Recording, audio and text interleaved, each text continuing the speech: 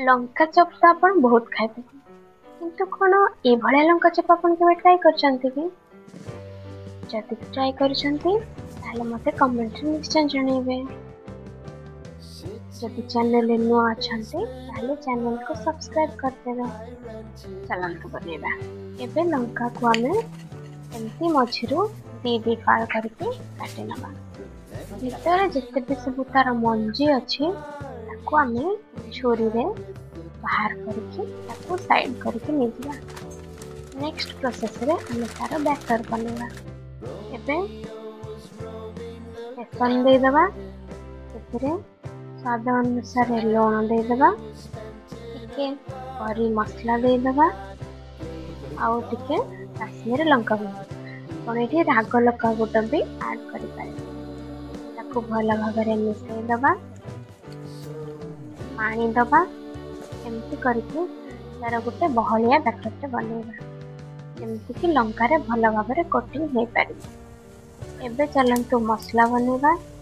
सेतिपाई कड़ाई रे 2 चम्मच सरस तेल दबा गोटे छोट चम्मच जीरा काटिके रखिथिबा कंचा लंका और प्याज देके ताको भाजी लेबा। भाजी हो सारा पर आधा चम्मच काश्मीर लंका गुंड करी मसला आउ 2 बड़ चम्मच बादाम को बाटिकी नहीं देछि। बादाम को हल्का गला पानी दे देवा पानी देके एमती टिके मिसई नेबा नहले बादाम टा हमर लागी एमती हे गला परे आउ टिके पानी दबा ताको टिके फुटी गले चकटिके रखिथिबा आलू को सेतिर दे देबा आउ लूण दे देबा। एबे एमती करके हमें तार मसला टाको बनेके रेडी कर देबा।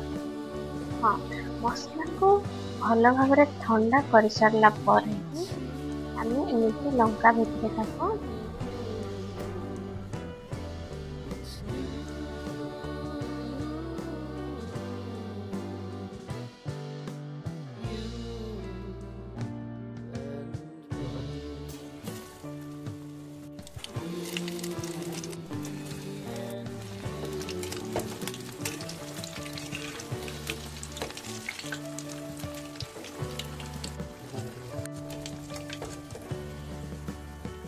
लंका चप को निश्चय थे ट्राए करंतु बहुत ही टेस्टी लगे।